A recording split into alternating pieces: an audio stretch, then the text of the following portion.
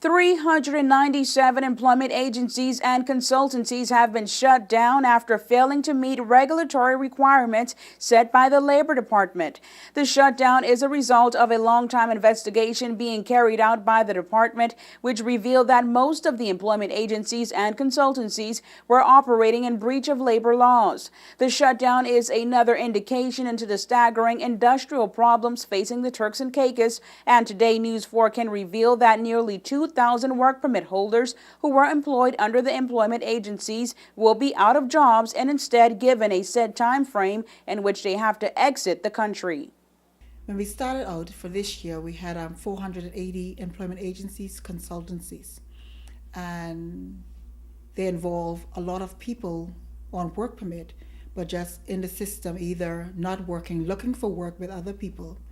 So the process and start cleaning up and making sure that belongs a place also was to reduce the amount of employment agencies. Turks and Caicos had the more than any Caribbean, I think all the other Caribbean islands put together. So that's one of the steps to reduce it. Commissioner of Labor Joan Sutton reveals that the agencies were operating illegally and that they were signing for people, but there was no work for them to do. We set a requirement for them, say a business staffing plan, where I think it goes through a business asking certain questions and they couldn't come up with all the information. And the other step was the National Insurance Clearance Certificate, where we use that to find out where the person is working exactly. And then through those steps, if they're not with the agency's not paying them, then we ask for them to be put in the person name or the company name that they're working with.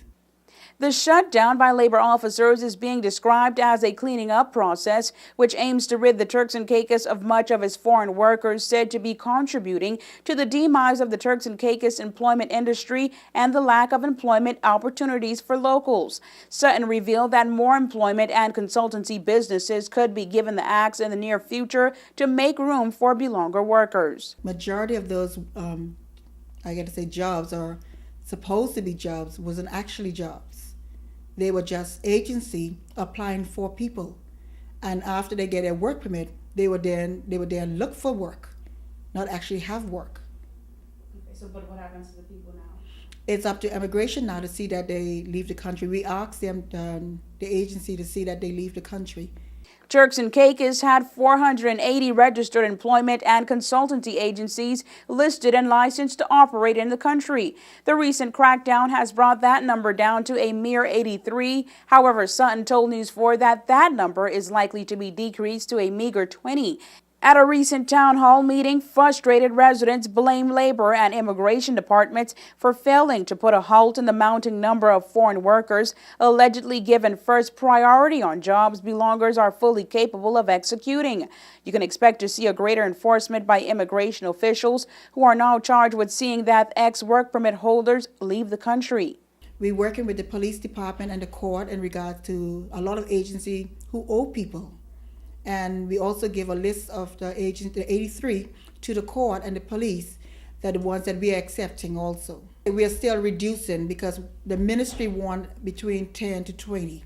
So we are still working on that process. And you should understand, with the recession on now, a lot of that agency business will not actually be happy because we are monitoring first-time application, renewal. So the process will be different. A lot of those agencies wouldn't have work. News 4 will continue to monitor the story. For WIV4 News, I'm Angie Dusaint.